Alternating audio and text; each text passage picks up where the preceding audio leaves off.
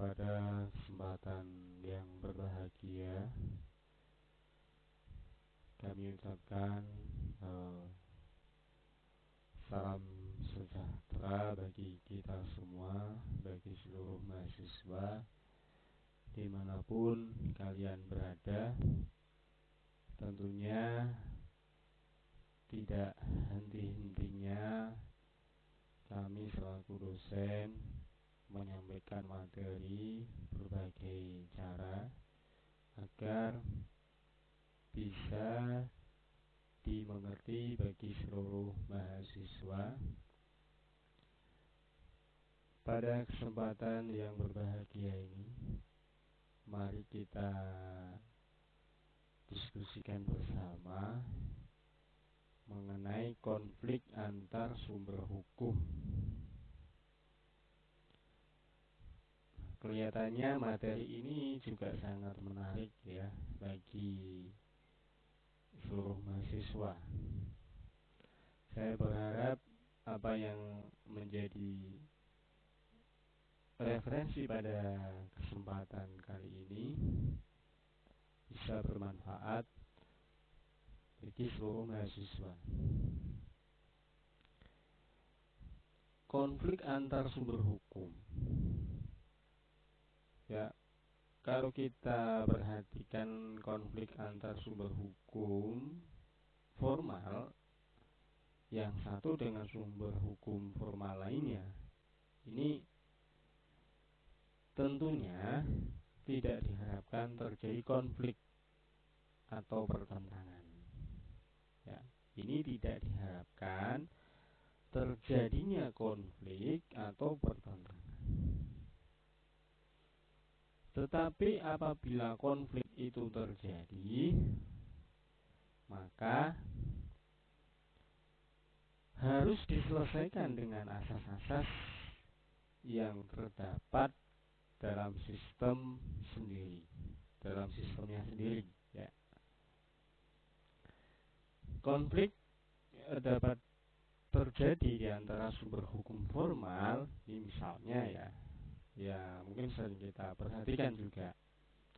Ini antara peraturan perundang-undangan yang satu dengan peraturan perundang-undangan yang lain diselesaikan asas-asas diantaranya lex specialis, derogat, lex generalis. Apa itu lex specialis, derogat, lex generalis?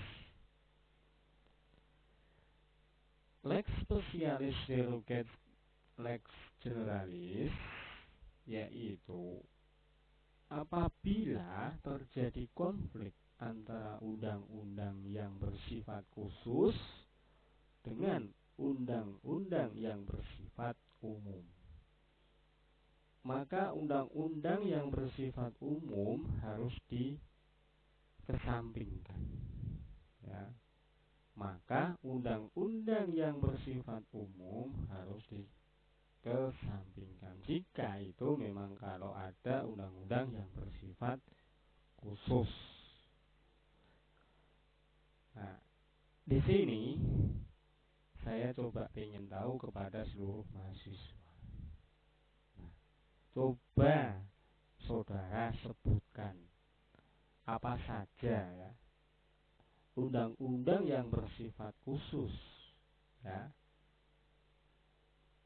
Nah, tentunya ini kita berbicara masalah undang-undang ya. Nah, kalau ada undang-undang yang memang bersifat khusus tapi ada yang bertentangan.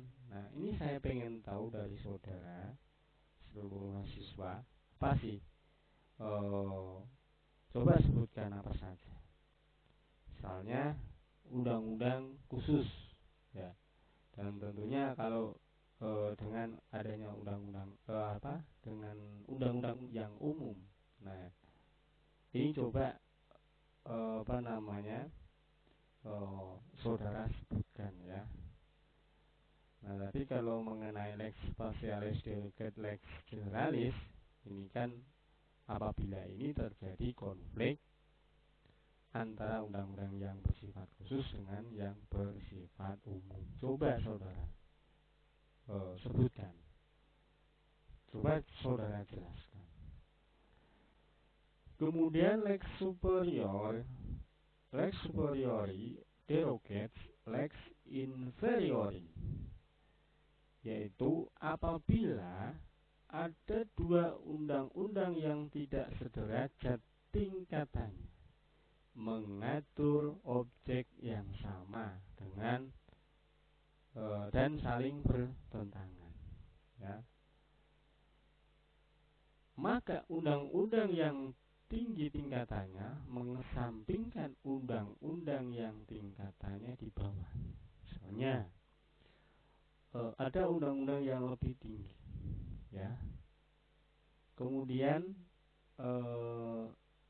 di bawah undang-undang yang paling tinggi itu, ya, di bawah undang-undang yang memang di bawah yang urutan secara hierarkinya, ya. Nah, ini tentunya kalau kita melihat tingkatannya, ya, maka undang-undang yang tinggi tingkatannya mengesampingkan undang-undang yang undang-undang yang tingkatannya di bawahnya. Nah, ini coba saudara sebutkan kira-kira di sini apa saja yang menurut saudara, ya, kalau kita mengenai konflik, ya, antara kalau kita perhatikan lex superiori derogate lex inferiori. Nah, ini coba saudara sebutkan antara undang-undang yang tidak sederajat tingkatannya mengatur objek yang sama. Misalnya ada undang-undang yang memang kedua undang-undang ini memang mengatur yang objek yang sama. Coba saudara sebutkan. Nah, nanti coba saudara bisa analisa, ya. Silakan analisa. Nah, kalau menurut saudara apa? Silakan nanti bisa disampaikan melalui melalui chat komentar.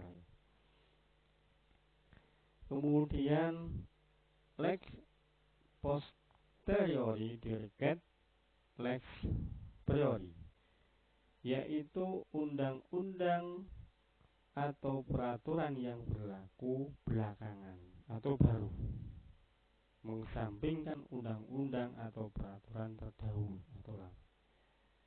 Misalnya kita berbicara mengenai undang-undang yang baru, ya. Ada undang-undang yang baru yang memang itu sama. Kira-kira ini yang peraturan yang baru atau yang lama, ya. Kira-kira ini yang mau dipakai yang mana? Ya, karena kalau kita berbicara lex posteriori derogate lex priori, ini undang-undang yang atau peraturan yang berlaku belakangan atau baru, ini mengesampingkan undang-undang atau peraturan terdahulu. Coba saudara sebutkan, misalnya salah satu apa yang kira-kira yang lama dengan yang baru. Nah, ini kenapa ini bisa sampai kita lebih memprioritaskan pada undang-undang yang baru. Nah, coba saudara jelaskan. Kemudian yang kedua, ya, tadi kalau mengenai yang pertama konflik antara peraturan perundang-undangan yang satu dengan peraturan perundang-undangan yang lain. Sekarang kita yang kedua ini mengenai konflik antara undang-undang dengan kebiasaan. Apabila terjadi konflik antara undang-undang dengan kebiasaan, maka pada prinsipnya undang-undang yang harus diberlakukan atau dipergunakan, terutama undang-undang yang bersifat memaksa. Sebaliknya, terhadap undang-undang yang bersifat pelengkap atau aksesorir, maka undang-undang yang harus dikesampingkan. Nah, ini coba saudara sebutkan, ya, coba saudara sebutkan undang-undang yang mengenai konflik antara undang-undang dengan kebiasaan. Coba saudara sebutkan, ya, terutama undang-undang yang memang bersifat memaksa, ya. Nah, kemudian undang-undang yang bersifat pelengkap. Ini coba saudara sebutkan, jelaskan, dan bagaimana undang-undang yang mana yang harus dikesampingkan. Apakah undang-undang atau kebiasaan? Nah, ini coba saudara jelaskan. Coba saudara sebutkan apa, ya. Kemudian yang ketiga, nah, konflik antara undang-undang dengan putusan pengadilan, ya. Misalnya undang-undang dengan putusan pengadilan.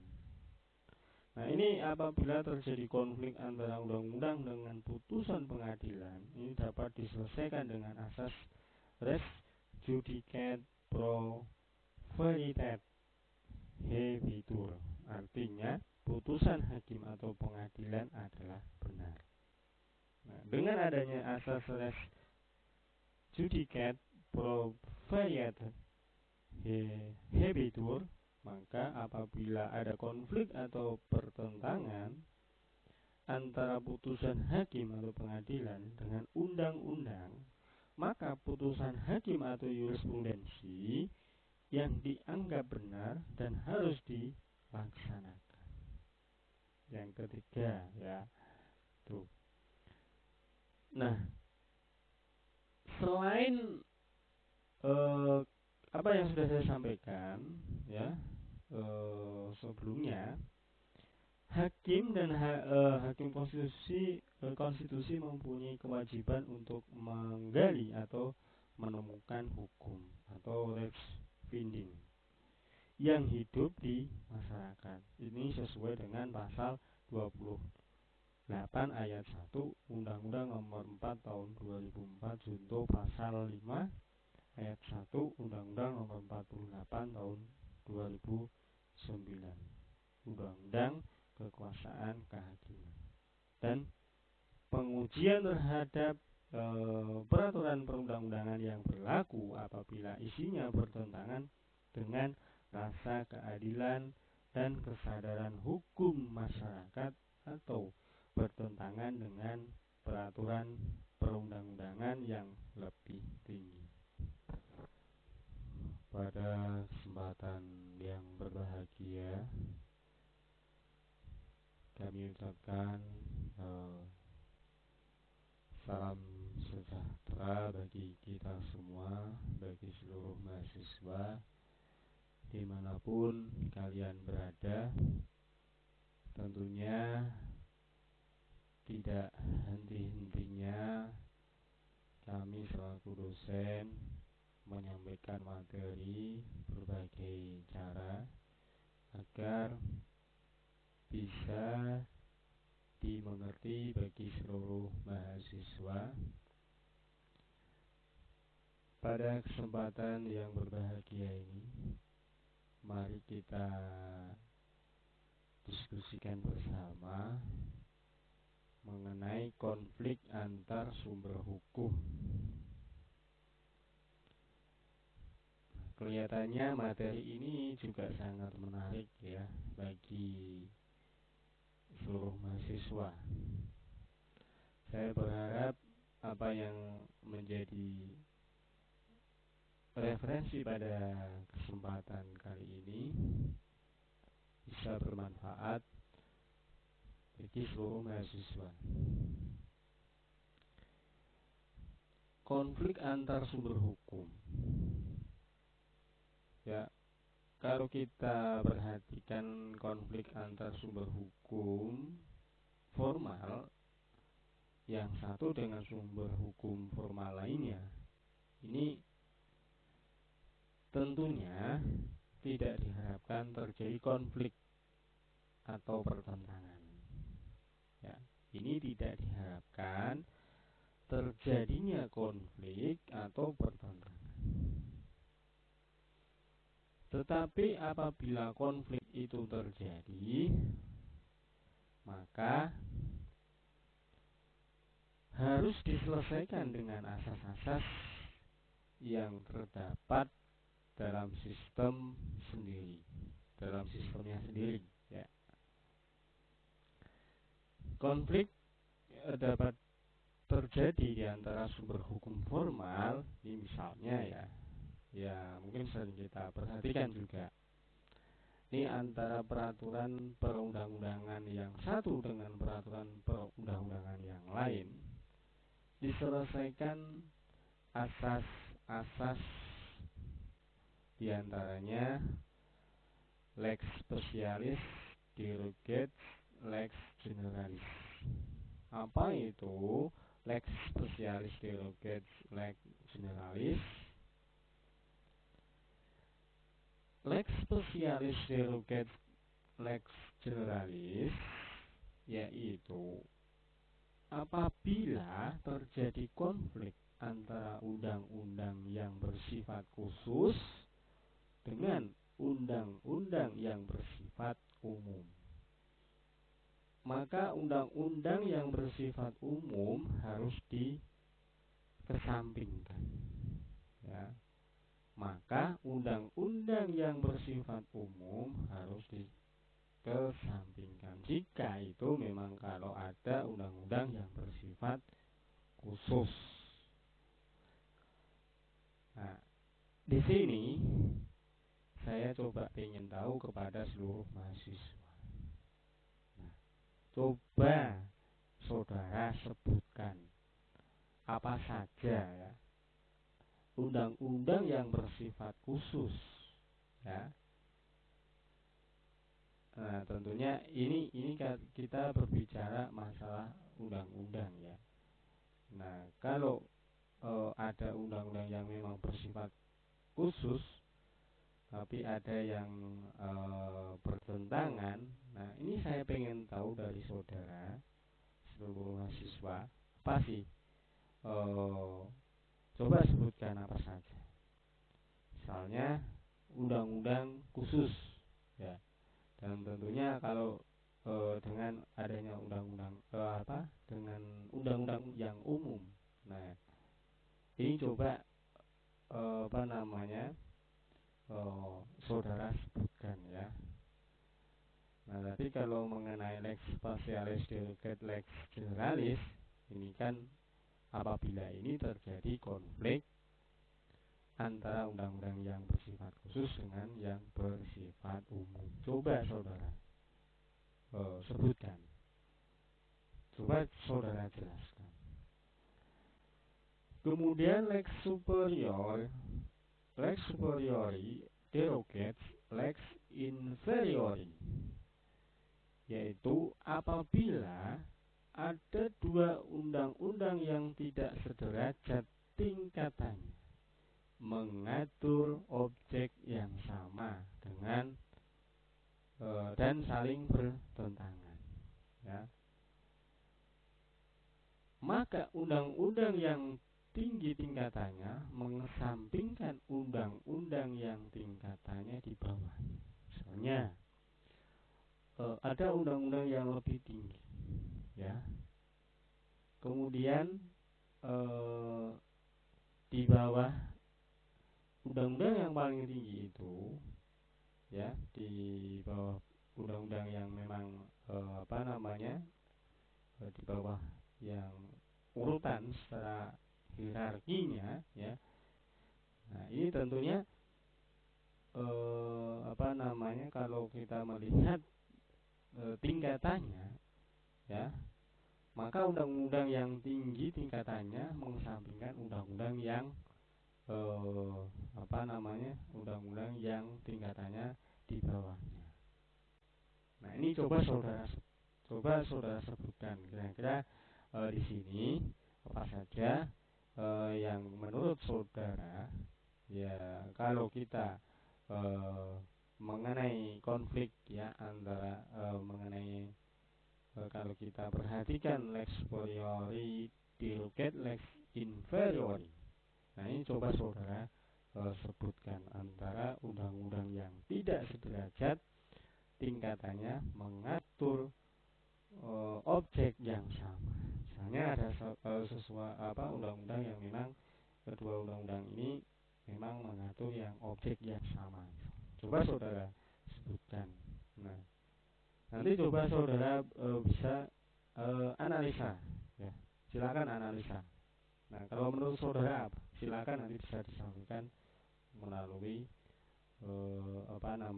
melalui chat komentar. Kemudian lex posteriori derogate lex priori, yaitu undang-undang atau peraturan yang berlaku belakangan atau baru mengesampingkan undang-undang atau peraturan terdahulu atau lama. Nah, misalnya kita berbicara mengenai undang-undang yang misalnya yang baru, ya.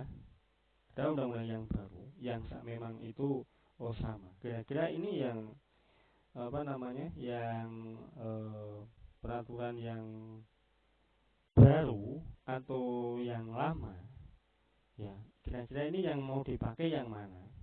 Ya, karena kalau kita berbicara lex posteriori derogate lex priori, ini undang-undang yang atau peraturan yang berlaku belakangan atau baru, ini mengesampingkan undang-undang atau peraturan tertentu. Coba saudara sebutkan, misalnya salah satu apa yang kira-kira yang misalnya yang lama dengan yang baru. Nah, ini kenapa ini bisa sampai kita lebih memprioritaskan pada undang-undang yang baru. Nah, coba saudara jelaskan. Kemudian yang kedua, ya, tadi kalau mengenai yang pertama konflik antara peraturan perundang-undangan yang satu dengan peraturan perundang-undangan yang lain. Sekarang kita yang kedua ini mengenai konflik antara undang-undang dengan kebiasaan. Apabila terjadi konflik antara undang-undang dengan kebiasaan, maka pada prinsipnya undang-undang yang harus diberlakukan atau dipergunakan, terutama undang-undang yang bersifat memaksa. Sebaliknya, terhadap undang-undang yang bersifat pelengkap atau aksesorir, maka undang-undang yang harus dikesampingkan. Nah, ini coba saudara sebutkan, ya. Coba saudara sebutkan undang-undang yang mengenai konflik antara undang-undang dengan kebiasaan. Coba saudara sebutkan, ya, terutama undang-undang yang memang bersifat memaksa, ya. Nah, kemudian undang-undang yang bersifat pelengkap. Ini coba saudara sebutkan, jelaskan, dan bagaimana undang-undang yang mana yang harus dikesampingkan, apakah undang-undang atau kebiasaan. Nah, ini coba saudara jelaskan, coba saudara sebutkan apa, ya. Kemudian yang ketiga, nah, konflik antara undang-undang dengan putusan pengadilan, ya. Misalnya undang-undang dengan putusan pengadilan.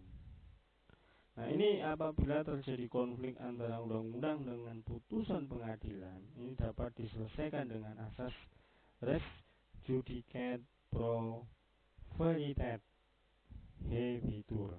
Artinya, putusan hakim atau pengadilan adalah benar. Nah, dengan adanya asas res judicata pro veritate habetur, maka apabila ada konflik atau pertentangan antara putusan hakim atau pengadilan dengan undang-undang, maka putusan hakim atau jurisprudensi yang dianggap benar dan harus dilaksanakan. Yang ketiga, ya, Tuh. Nah, selain